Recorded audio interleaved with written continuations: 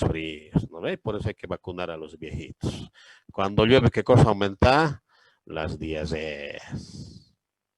¿Sí? En primavera, ¿qué aumentan? Las alergias. Entonces, las enfermedades también se distribuyen según el tiempo, a lo largo de los meses en el tiempo, o a lo largo de los años también, ya a lo largo de los años. Hay enfermedades que aparecen en gran cantidad en un determinado año, luego desaparecen por 3 años y otra vez aparecen. Eso también nosotros lo estudiamos. Entonces, por eso ya se sabe, este año va a haber sarampión. Y justamente hay sarampión. Va a aumentar el sarampión. O este año va a aumentar eso. Entonces, este sería el comportamiento a través del tiempo. Del lugar, ya saben, si vives en una zona donde no hay servicios básicos, no hay iluminación, el agua es de mala calidad, no tienes una buena ventilación, una buena iluminación, vas a tener problemas, ¿no? Vas a tener problemas infecciosos. Todos viven en una habitación, las enfermedades infecciosas se van a transmitir rápidamente. Si el agua no es de buena calidad, diarreas, etcétera. Si vives en una zona alejada donde no hay seguridad, probablemente seas víctima de violencia, lo que estábamos hablando hace rato, ¿no? Sí, esa es la situación. Si vives en una zona donde hay harto peso callejero, lo mismo, puedes acabar mordido, con heridas, hasta con rabia puedes acabar. ¿Ya? Si vives en un lugar, en un barrio donde hay conejos, hay gallinas, hay ovejas, probablemente hasta vinchu caiga ahí, con chagas puedes acabar. ¿Sí o no? Si vives en el trópico donde hay monitos, y hay el mosquito, con fiebre amarilla vas a acabar. Entonces, el lugar donde vives también va a decidir cómo se distribuyen estas enfermedades. Y solamente no nos referimos al lugar como espacio físico, también al ambiente social. Por ejemplo, vives en una casa ya donde hay violencia psicológica, vas a acabar estresado. Vives en un lugar, digamos, en una familia donde consumen alcohol, vas a acabar probablemente consumiendo también alcohol, ¿no? Porque el contexto te hace, no es como en el paradigma biologicista, ¿no? Tu órgano solito se desadapta y aparece la enfermedad. Acá no. En el paradigma actual de las determinantes, el contexto te lleva a la enfermedad. Uno no decide pues fumar o beber alcohol porque se le ocurre. No amanece, hoy es miércoles, hoy voy a empezar a tomar alcohol. Y te compras alcohol. No, el contexto hace que tomes alcohol. Tus amigos, tus vecinos, tu pareja, tu familia mismo, una reunión social que hay ahí, una tienda que vende alcohol barato y que vende a cualquier hora y a quien sea. La policía que no controla nada, estás chupando en la plazuela, la policía pasa por tu lado, no te dice nada, más bien te saluda, sigan nomás jóvenes, pásenla bien. Claro, eso hace pues, de que andes chupando en la calle, ¿no ve? Porque si fuera como otros países, te ven bebiendo alcohol en la calle, a la cárcel. Y luego tantas horas de trabajo comunitario a barrer calles. Así debería ser aquí en Cochabamba y en Bolivia. Todos esos que andan tomando en la calle, a hacer trabajo comunitario, a limpiar hospitales, a desinfectar hospitales con COVID-19, a veces se les ocurre volver a tomar en vía pública. Y los fumadores igual. Entonces, eso estudia la epidemiología. Y además, no solamente dice, estudia según variar persona, tiempo, lugar, sino busca las causas y las causas de las causas, lo que les había explicado. Generalmente el paradigma biologista se queda en la causa. Tuberculosis, la causa, bacilo de Koch. ¿Qué hay que hacer entonces? Hay que matar al bacilo de Koch, listo, te dan tu tratamiento, ahí acabó. Pero no ven la causa de la causa. ¿Y por qué esa persona ha desarrollado enfermedad? ¿Y por qué esa persona ha entrado en contacto con el bacilo de Koch? Porque un cuarto de 3x3 duermen 5 personas. Hay hacinamiento. En ese cuartito no hay ventilación. Hacinamiento, mala ventilación. Ah, es que esa persona es alcohólica, el alcoholismo. Es que esa persona es desnutrida. Entonces, miren, en la epidemiología actual no nos quedamos acá nomás y vamos a matar solamente a la bacteria, ¿no? Sino que vamos más allá y estudiamos las causas de las causas, en el sentido por qué esa persona enfermó por tuberculosis, aparte de conocer esto. Y también había dicho que no nos dedicamos solamente a la salud o a la enfermedad. Salud y enfermedad van juntos. ¿Se acuerdan del paradigma de la ciencia compleja? Habíamos dicho en la ciencia moderna que habíamos separado las cosas, ¿no? Hemos separado la vida de la muerte, hemos separado el amor del odio, hemos separado muchas cosas y también hemos separado salud y enfermedad. Cuando son dos cosas que van juntas, que son inseparables, y ni siquiera se sabe el momento en el cual empieza la enfermedad. No hay pues un rato al que diga, ¿desde cuándo está enfermo? Desde las 8 de la noche con 43 minutos estoy enfermo. Nadie puede decir eso. Tal vez estabas enfermo desde hace 2 años, no te das cuenta. Difícil de saber, ¿no? Entonces, como habíamos dicho, la ciencia compleja a través de lo que es o la ciencia postmoderna, el principio dialógico empieza a unir lo que artificialmente había sido desunido. Por eso estudiamos la salud y la enfermedad en poblaciones específicas. No es teoría solamente, es práctica. Todo este conocimiento que se hace sobre cantidades, frecuencias, causas de las causas, etcétera, se lo lleva a la práctica. ¿Cómo? A través de las intervenciones clásicas que tenemos en salud. Promoción, prevención, curación y rehabilitación. He puesto énfasis en esta definición porque en las otras se repite mucho de esto y se agregan algunas cositas. Pasaremos a otra definición. La Organización Mundial de la Salud dice casi lo mismo. ¿Ya? Habla también de distribución, habla de frecuencia, habla de determinantes, solamente que acá habla también de control. Lo mismo aparecen estas dos palabras. Estas dos palabras nuevas. Relaciones, predicciones. ¿A qué se refiere las relaciones?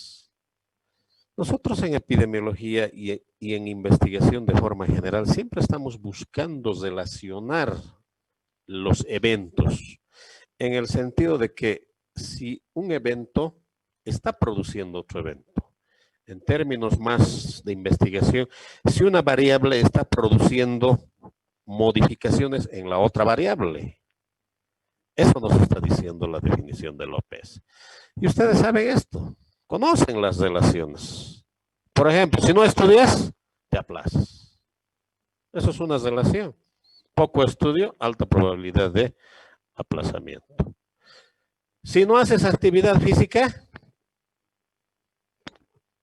eres sedentario y vas a acabar con obesidad. También ya sabemos, eso es una relación.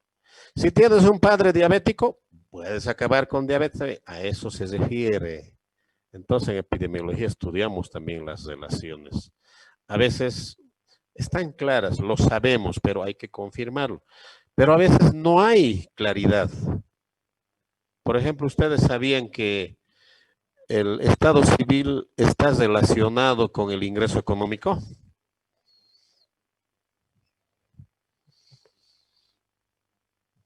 ¿Qué me dicen? ¿Alguien me puede decir, ¿es cierto o no es cierto? ¿Cómo se relaciona el estado civil con el ingreso económico?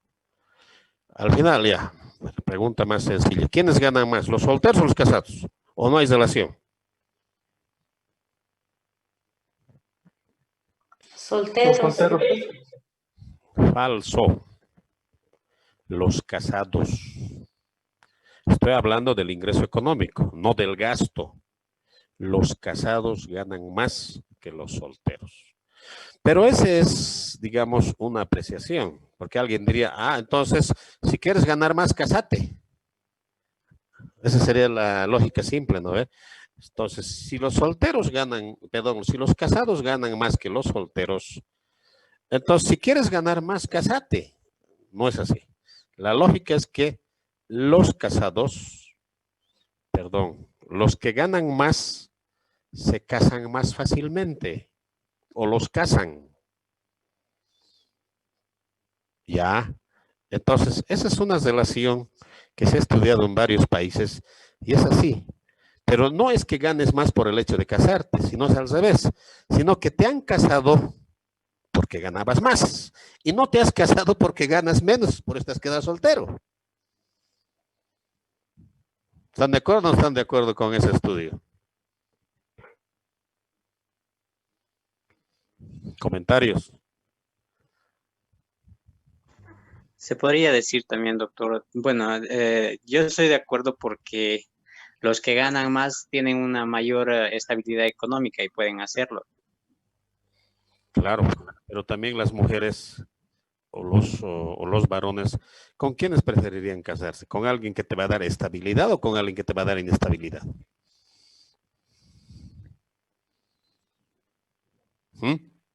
Doctor, buenas noches. Pero Disculpe. claro, ¿no ve? Es eso. Porque no creo que te quieras casar porque alguien decía, el matrimonio es una empresa. Sí, es una empresa. Entonces, ¿en qué sentido? En el sentido, nos vamos a ir al ámbito económico, de la estabilidad. Claro, alguien va a decir, no, doctor, usted está equivocado, que el amor está primero, que no interesa, aunque vamos a vivir debajo del puente. Nada, eso es discurso. En la práctica, cuando tienes una familia, ¿qué vas a buscar? Vas a buscar estabilidad, vas a querer que tu familia, tus hijos tengan lo que tengan que tener. Y no te vas a casar con un vago que no tiene ni oficio ni beneficio, ¿no? Vas a querer casarte si eres mujer con alguien que tenga un trabajo, que tenga un ingreso económico, que asegure cierta estabilidad y futuro en tu familia. ¿Alguien quería hablar? Adelante. Bueno, ya se han arrepentido. No sé si querían defender qué, pero está bien. Les hemos escuchado, o les hemos invitado a hablar, pero parece que no. Entonces, estas relaciones estudiamos. Y hay muchas relaciones, como les digo, que ya son parte de nuestro cotidiano vivir. Las conocemos. Por ejemplo, talla, peso. Mayor talla, mayor peso. ¿Sabes también eso? Pobreza, número de hijos. También sabemos, cuanto más pobre es la gente, más hijos tiene, ¿sí o no? Acuérdense de esa señora que falleció, la del Cristel, la primera. 11 hijos. Pobre. Tapacarí. A ver, encuentren aquí en la ciudad una persona que tiene una estabilidad económica, un profesional con 11 hijos, difícilmente vas a encontrar. Pero sí vas a encontrar gente humilde, gente pobre, con 6, con 8, con 10. Hay esa relación también que tenemos que tener en cuenta. Lo mismo sucede, sobrepeso, obesidad, presión elevada. Esa relación también está dada. Entonces, ¿para qué le vas a dar a ese obeso un medicamento para bajar la presión? Mejor bajarle el peso. Así le vas a resolver dos problemas. Les resuelves el problema del peso y les resuelves el problema de la hipertensión arterial. Pero si no conoces eso, ¿qué vas a hacer? Paciente con presión alta, antihipertensivo, ¿no ve? Y el paciente va a seguir gordo. No le has resuelto la causa. Le has resuelto la manifestación nada más. Ya, y hay así varios estudios. Otro estudio, a ver, que es contradictorio. Los que beben alcohol, bebidas alcohólicas de forma general, estoy hablando con moderación, ¿ganan más o ganan menos que los que no beben alcohol? ¿Quién gana más? ¿Los que beben alcohol? Pero está hablando con moderación en comparación a los que no beben. ¿Quiénes ganan más?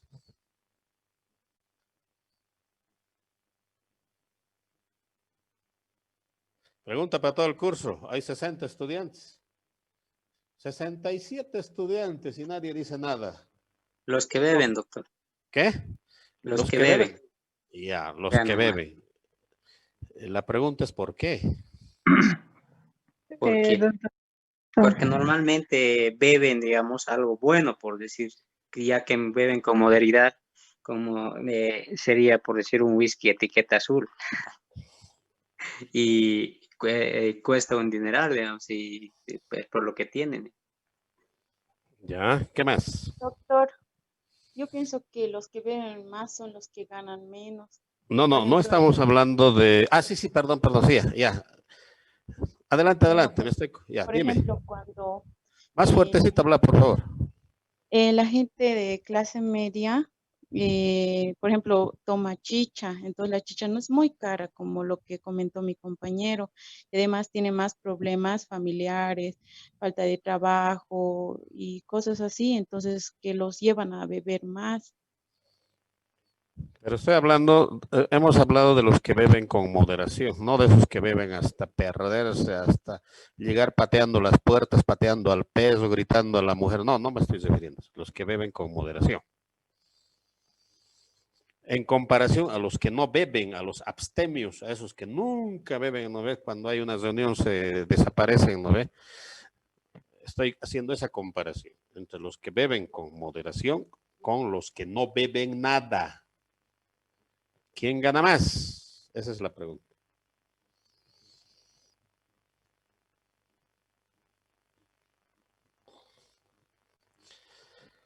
Doctor, ¿no sería también no solamente ese tipo de comparaciones, sino también ¿cómo le puedo decir? Otras determinantes?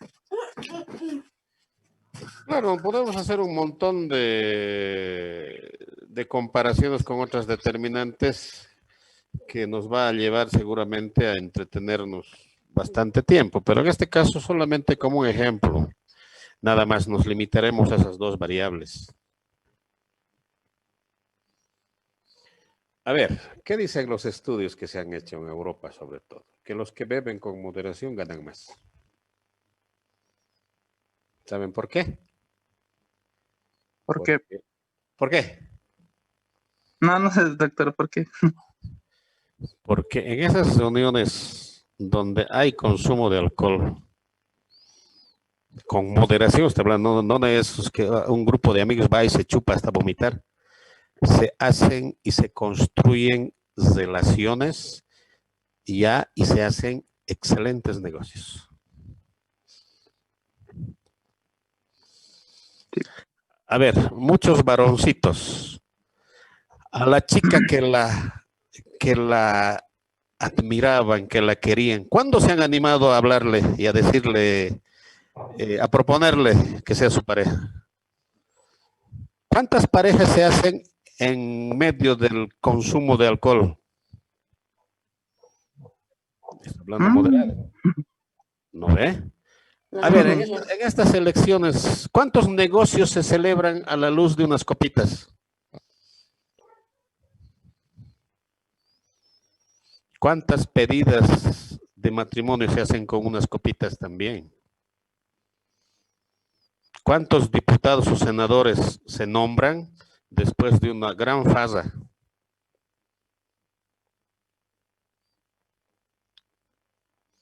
Eso nos dicen los estudios en Europa, aunque no parezca.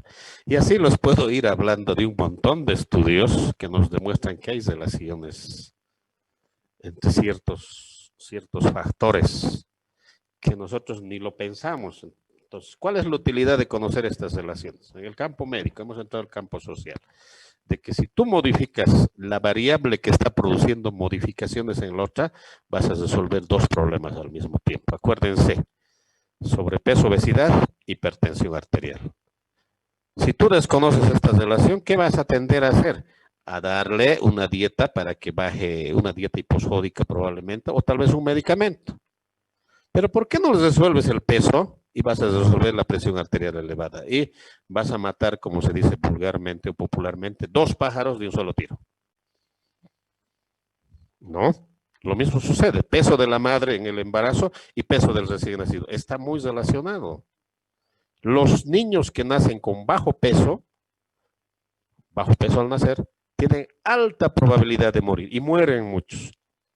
Entonces, ¿a qué se debe que ese niño haya nacido con bajo peso? Al bajo peso de la madre. Entonces, resuelve el bajo peso de la madre durante el embarazo y vas a tener un recién nacido con peso adecuado para la edad gestacional y vas a disminuir su probabilidad de muerto, mejorando el estado nutricional de esa mujer embarazada. Porque desde la lógica biologicista, ¿qué tendrías que hacer? Tendrías que prepararte para atender a quiénes, a los niños que van a nacer con bajo peso. ¿No ve? Para eso vas a instalar tu terapia intensiva, tu UTIN, vas a preparar respiradores, incubadoras, todo, ¿no? Porque van a nacer con bajo peso, van a tener dificultades respiratorias, van a tener asfixia, se van a infectar, todo listo, tu tecnología. Harta plata. Mejora pues, el estado nutricional de la embarazada, así esos niños no van a nacer con bajo peso y no se van a enfermar. Son lógicas, ¿no? Que se manejan dentro de los paradigmas. Predicciones, probabilidades. Justamente ahora estamos viviendo un ejemplo de esto. Todos están hablando de qué? De un rebrote, la segunda ola del COVID-19. Tercera semana de noviembre se va a dar en Bolivia. ¿En base a qué? A los datos epidemiológicos se está haciendo eso. Y ha sucedido lo mismo en Europa. También se habló de una segunda ola, se habló de un rebrote y ahora justamente están ya viviendo esa segunda ola, ese rebrote, ¿sí o no? Ese es el resultado de la epidemiología en cuanto a las predicciones. Hacemos predicciones, hacemos probabilidades. Y en la vida cotidiana también se ve, ¿no? El médico le dice al paciente, ¿no? ¿Sabe qué, señor? Su esperanza de vida dentro de los próximos 3 meses es 20%. Porque le hemos diagnosticado un cáncer. Han debido ir o les ha debido suceder tal vez con algún amigo, conocido, etcétera, que el médico viene y te dice su esperanza de vivir en los próximos 3 meses es 20%. O sea, que hay una probabilidad del 80% de que se muera en el plazo de 3 meses. Eso es predicción. Entonces se hace predicción a nivel individual y también se hace predicción a nivel poblacional, como en el caso de la pandemia por el COVID-19. Personalmente yo creo que va a haber evidentemente un pequeño rebrote, pero no va a ser de tal magnitud como está dándose en España. Entonces, aquí están las diferencias con la definición de epidemiología de las. Ahora veremos desde otro epidemiólogo portugués, Naumar Almeida Filo. ¿Qué agrega de nuevo este señor? Bueno, proponiendo medidas, ya no, porque hemos dicho que desde la definición de las ya es una ciencia práctica, ¿no ve? Entonces, proponer alternativas, proponer medidas es práctica. Entonces, esto ya está. Todo esto entonces se repite. Pero aparece algo bien interesante y que está acá. Que la epidemiología, y ustedes lo han visto, produce conocimiento e información. Les había mostrado los antecedentes de la epidemiología, ¿no? Y les había dicho que tal persona había descubierto esto, que tal persona había descubierto eso. Entonces, ese es uno de los aspectos importantísimos de la epidemiología que los resalta este señor. Que la epidemiología te facilita información, primero. Sí, te facilita información. Te facilita conocimiento científico, los resultados de las investigaciones. ¿Pero para qué? No para que te lo guardes en tu estante, para que tomes decisiones. Esto es lo más importante de esta definición, para que tomes decisiones. Porque todos los días vas a tomar decisión. Todos los días vas a tomar decisiones. Mientras más alto tu cargo, más decisiones vas a tomar y decisiones importantes. Mientras más operativo tu cargo, menos decisiones y decisiones menos importantes, vamos a decir. Por ejemplo, planificación. En mi caso, por ejemplo, yo he tomado una decisión y he definido el plan post-confinamiento para el departamento de Cochabamba. Y ayer lo hemos presentado en el COE. No sé si han leído las noticias, y claramente he dicho, ¿no? El jefe de planificación ha presentado el plan post-confinamiento para el departamento de Cochabamba, donde recomienda A, B, C, D. ¿Cómo creen que he hecho esto? No me he inventado, no he soñado, no le he consultado a mi docente de la facultad que era de epidemiología, sino que he hecho, he agarrado información y conocimiento científico y he planificado. Y he dicho, así se tiene que manejar la pandemia por COVID-19 en el departamento, post-confinamiento. Administración, lo mismo. A ver, nosotros al inicio de la pandemia hemos dicho, Cochabamba necesita ya 48,000 pruebas dentro de los primeros 4 meses para COVID-19. ¿De dónde creen que he sacado ese dato? ¿Será que me he inventado? ¿Será que he agarrado una bola de cristal y he dicho, a ver, cuántas pruebas de laboratorio voy a necesitar? O he ido a la cancha, ahí he visto a un señor que estaba viendo en Coque, le he dicho, a ver, por favor, compañerito, vémelo, cuántas pruebas necesito para esta pandemia. No, he agarrado información de otros países, cómo se comporta el COVID, he agarrado el conocimiento científico, he dicho, necesitamos 48,000 pruebas. Y lo mismo hicimos para el número de camas, lo mismo hicimos para las UTIs, lo mismo hicimos para recursos humanos, etcétera, etcétera, pero en base a información. Evaluación, lo mismo. Hemos evaluado también. Ya hemos evaluado esta primera parte de la pandemia y nos hemos dado cuenta de varias cosas. Que habíamos puesto más recursos en los hospitales y habíamos dejado de lado la atención primaria de salud. También la evaluación en base a esta información. Puedes evaluar programas, servicios, acciones de salud, etcétera. Entonces la epidemiología te sirve para todo esto. En el caso, tal vez me entiendan más en el contexto más específico, cuando tengas tu paciente, todos los días vas a tomar decisiones con tu paciente. Pero alguien dirá, ¿cómo pues, doctor? A ver, cuando tú le dices, señora Juana, hágase este examen, tú has tomado la decisión para que doña Juanita se haga ese examen. Pero no creo que tomes la decisión porque tu docente te ha dicho, porque has visto en la tele, porque has visto en Extra. No, ¿ves? Tiene que ser en base a información epidemiológica. Señora Juanita, usted va a seguir esta dieta. ¿Has tomado la decisión también, ¿no? Para que doña Juanita siga esa dieta? ¿En qué te has basado? En conocimiento e información. ¿Sí? Cuando le dices, señora Juanita, su hijo necesita este suplemento, ¿en base a qué estás diciendo? A información. Entonces, tomar decisiones es cuestión de todos los días. Mientras más grande, más alto, más importante tu cargo, decisiones más complejas. Menos importante, más operativo tu cargo, decisiones más simples. Esa debería ser la lógica. Los que están en altos cargos deberían leer mucho, deberían tener mucho conocimiento porque toman muchas decisiones. Pero en nuestro país al revés, ¿no? Cualquier persona está en cualquier cargo. Eso es lo lamentable. Bien. Análisis. Y hasta aquí vamos a llegar. ¿Qué podemos inferir de la definición de epidemiología que hemos visto en esas 3 definiciones? Primero, que la epidemiología no estudia solo la enfermedad, estudia la salud y la enfermedad, que eso creo que ya debe estar claro, pero en las poblaciones humanas. Estudia la frecuencia y la distribución, ya hemos explicado, frecuencia, cantidad y distribución. Cómo se distribuyen estas cantidades en esas 3 variables, persona, tiempo y lugar.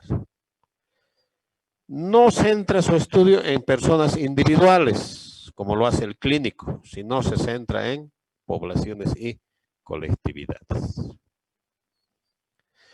No es solamente descriptiva al decir números, sino que va más allá y responde al porqué, es decir, a las causas y determinantes o a las causas y las causas de las causas.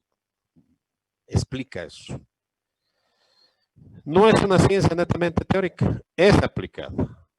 Entonces, de todo este estudio ya se identifican estrategias de control y estas se aplican. Entonces, la epidemiología es ciencia aplicada. Con el COVID ya les he mostrado cómo se ha aplicado, ¿no? Cómo se ha aplicado. Y lo último que habíamos visto, te facilita información y conocimiento para que tomes decisiones. Nosotros, por ejemplo, hemos decidido ayer implementar unidades móviles de atención en salud que van a ir a las casas, un móvil los buses móviles van a ir a las casas donde hay enfermos o donde hay gente de personas con alto riesgo, en situación de vulnerabilidad. Pero ¿cómo hemos tomado esa decisión? En base a información y conocimiento. Y finalmente es una ciencia. ¿Y por qué es una ciencia? Porque tiene un objeto de estudio. ¿Cuál es su objeto de estudio? Esto. El objeto de estudio de la epidemiología es la salud y la enfermedad en las poblaciones, o dicho de forma más completa, los procesos de salud y enfermedad en las poblaciones. Y tiene un método también. ¿Cuál es ese método? El método epidemiológico, que lo vamos a ver ya en las clases siguientes. Entonces, este es el análisis. Esto es lo que tiene que quedar muy claro en todos ustedes para que puedan entender de qué se trata la epidemiología, cómo me va a servir cuando yo sea un profesional de salud, cómo me va a servir cuando yo sea directora de un establecimiento de salud, cuando yo sea jefa del servicio de nutrición del Hospital Viedma, cuando yo sea investigadora de... Bueno, todo lo que puedan hacer ustedes les va a servir la epidemiología. Ahora, ¿para qué me sirve la epidemiología? Ya les había dicho. Te facilita información y conocimiento. Aquí falta. Información y conocimiento lo vamos a completar. ¿Para qué? Para que tomes decisiones. Decisiones. Y no se olviden de lo que les decía. Todos los días vas a tomar decisiones. Contraten a una licenciada, es una decisión. Contraten una cocinera, es una decisión. Reemplacen esta cocina, es una decisión. Cámbienle de dieta, es una decisión. Hágase este examen, señora. Todos los días vas a tomar decisiones. Pero no tomes decisiones en base a lo que has aprendido en la universidad, en base a lo que te dice tu docente, tu colega viejito o viejita, nada. Toma decisión en base a información epidemiológica. ¿Respecto a qué? Decisiones políticas respecto a la salud de la población. Esto generalmente lo hacemos las personas que estamos en cargos, digamos, intermedios o altos, porque ahí tomamos decisiones respecto a la salud de la población. Lo que les comentaba hace rato, el plan de control del COVID post-confinamiento es una decisión política que lo hemos tomado nosotros como sedes, yo lo hice en base a información epidemiológica. ¿Ya? El bono Juana Zurduy es una decisión política. El SUS es una decisión política. Entonces, los gobiernos, los jefes, los ministros, los directores toman decisiones políticas respecto a la salud de la población en base a información epidemiológica. En el ámbito ya más institucional, decisiones en la gestión. Y cuando hablamos de la gestión, hablamos de la gestión clínica. Gestión clínica significa atención al paciente, lo que les decía hace rato. Hágase este examen, siga esta dieta, tome este medicamento, sáquese una radiografía. Eso es decisión clínica, gestión clínica. ¿Cómo lo tienes que hacer? En base a información epidemiológica. Y administración, los directores, los jefes, ¿no? Lo que también les decía, contrátese 2 licenciadas, cómprese un refrigerador, cómprese estos insumos, y todo lo demás que tiene que ver con recursos es gestión administrativa. A ver, yo creo que unos 5 minutos más nos toma acabar el tema. Acabaremos de una vez, ¿no? Para que no dejemos a medias. ¿Estamos de acuerdo? ¿Quién se opone? Sí, doctor, está bien. ¿Sí, no, Ya. Sí. Entonces, ahora, ya, está bien. Así me gusta. Entonces, vamos a desagregar ahora ya las aplicaciones de la epidemiología. Esto creo que queda claro. Uso de la epidemiología, generar información y conocimiento. ¿Para qué? Para tomar decisiones. Les decía, para la gestión en salud pública o administración y la clínica, en tu atención de pacientes. Y también para ya macro decisiones políticas que vienen como planes, programas, proyectos, actividades, tareas, etc. Entonces, en la práctica, ¿cómo voy a aplicar la epidemiología? En 4 grandes áreas. En el análisis de situación de salud, en el sentido de conocer de qué se enferma, de qué se muere la gente. Necesito saber, porque eso es lo que siempre digo. Si llegas a trabajar a una institución, entérate por lo menos de qué se enferma y de qué se muere la gente en ese hospital. En la investigación epidemiológica, lo que les había comentado al inicio, ¿no? Todos esos descubrimientos que se han dado a lo largo de la historia. En la vigilancia epidemiológica, recolectar información de forma sistemática para tomar acciones y en la evaluación de las tecnologías en salud. Acuérdense del caso Cristeles. Esa es evaluación. Han hecho una investigación epidemiológica seguramente y han dicho el Cristeles no sirve. Desechen, está causando más muertes que otra cosa. Eso es evaluación. Desarrollaremos cada uno de ellos. A ver, ¿para qué me sirve la epidemiología? La epidemiología te sirve para que estudies las causas, factores de riesgo y determinantes de las enfermedades nutricionales. Ejemplo, desnutrición. Estudia las causas. Factores de riesgo. ¿Qué factores de riesgo aumentan la probabilidad de que ese niño acabe desnutrido? El que sea hijo de una madre soltera, el que la madre no tenga un nivel educativo adecuado, etcétera. Entonces, eso te va a permitir hacer la epidemiología. También investigar la calidad de los alimentos y su relación con los procesos de salud de enfermedades. Es decir, cómo los alimentos en cuanto a su calidad están generando enfermedad. 70% de las enfermedades que conocemos están relacionadas con la alimentación. 70%. A ver, hipertensión, sí. Sobrepeso, sí. Diabetes, sí. Síndrome metabólico, sí. Cánceres, varios. ¿No ve? Están relacionados con la alimentación. ¿Para qué más me sirve? Para analizar el papel de la nutrición en el origen y en la evolución de diversas enfermedades. Algunas enfermedades tienen su origen en la nutrición, en la alimentación, perdón. Y otras se modifican ya para mal o para bien de acuerdo a la alimentación. Eso también es un uso de la epidemiología. El estudio de los factores sociales, económicos, culturales, biológicos, fisiológicos que condicionan el acto alimentario. ¿Por qué la gente se alimenta como se alimenta? ¿No? ¿Por qué cuando uno de la zona andina va a la zona tropical, ni por si acaso quiere comer yuca? Y a uno de la región tropical, a ver, dale chuño. Eso también tiene su explicación sociológica. Lo mismo, los aspectos económicos, ¿no? Hay gente que tiene recursos, pero no se alimenta bien. La cultura, lo mismo. Y también los factores fisiológicos, ¿no? Hay gente que come ciertos alimentos, le produce un malestar tremendo, ¿no ves? A eso se refiere. También la epidemiología te permite hacer lo que muchos no hacemos. Lectura crítica de la literatura científica. Si ustedes revisan artículos científicos, la mayoría o todos los artículos científicos en sus resultados utilizan términos epidemiológicos. Te dicen el CI, el ZAR, el ZER, el ABA, el DALI, el QUALI, el OBA.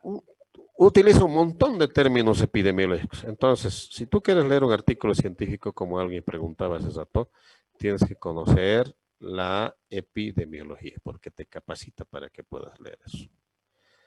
Y también lo que ya habíamos comentado, toma de decisiones en nutrición, clínica, atención de tus pacientes o atención de poblaciones. ¿Para qué más te sirve? Para recolectar continuamente información.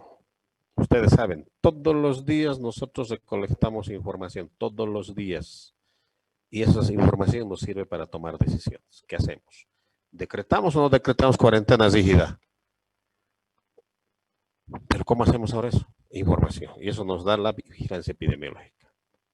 Y ustedes cuando vayan a sus servicios, todos los días van a tener que informar sobre ciertas enfermedades que son objeto de vigilancia. O lo van a hacer semanalmente o lo van a hacer mensualmente. Esa es la epidemiología. Y también hacer vigilancia epidemiológica de ciertas enfermedades nutricionales, ¿no? Se está aumentando los casos de desnutrición, están disminuyendo los casos de anemia, etcétera, etcétera. Eso es vigilancia epidemiológica. ¿Qué más? Ya sabemos esto. Descripción de la frecuencia y distribución de las enfermedades nutricionales. Identificación de grupos vulnerables. El dinero no alcanza. Siempre es escaso y las necesidades son múltiples. Por lo tanto, tienes que saber elegir a qué personas vas a derivar o en qué personas vas a utilizar los recursos. La valoración del estado nutricional, obvio, de las poblaciones. La construcción de la historia natural y social de las enfermedades nutricionales, cómo se comporta la enfermedad a lo largo del tiempo.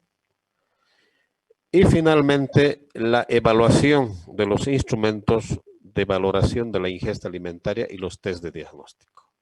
Estamos acostumbrados a decir, ¿no ve? Hágase este examen. Salió positivo, inmediatamente tratamiento. No, está elevado su glicemia, usted es diabético. Muchos de los diabéticos los hace el mismo personal porque no sabe interpretar estas pruebas de diagnóstico, ni estas pruebas de valoración de la ingesta. Y como ustedes se habrán dado cuenta, el CRISPR es otra vez un ejemplo de eso. No sirve y ya lo siguen aplicando. Y finalmente, la evaluación de la eficacia, eficiencia y efectividad de las intervenciones clínicas y de salud pública. Otra vez volvemos al CRISPR, a la episiotomía. 2 diapositivas más. ¿Qué herramientas? Esto es fácil. Solamente los vamos a mencionar. La investigación, muy importante, que te va a generar ¿qué cosa? Conocimiento científico. La estadística, trabajas con muchos datos, ¿no ve? 10,000, 20,000, 30,000, 100,000 personas. No vas a poder, pues, mostrar todos los datos de esas personas ya si no utilizas la estadística para hacer tus tablas, tus gráficos, ver si la variable A está asociada con la variable B, etcétera. Eso es estadística. Y la demografía también, considerando que la epidemiología se centra más en estudios de poblaciones, entonces necesita nomás del auxilio de la demografía, que es el estudio de las poblaciones. Y finalmente no se queda ahí y recurre a herramientas y conocimientos de otras ciencias: economía, administración, psicología, antropología, derecho, política, sociología, etc. Y finalmente la clasificación. No vamos a ver esto. Todos, esto sí vamos a ver en el semestre siguiente. Epidemiología clínica.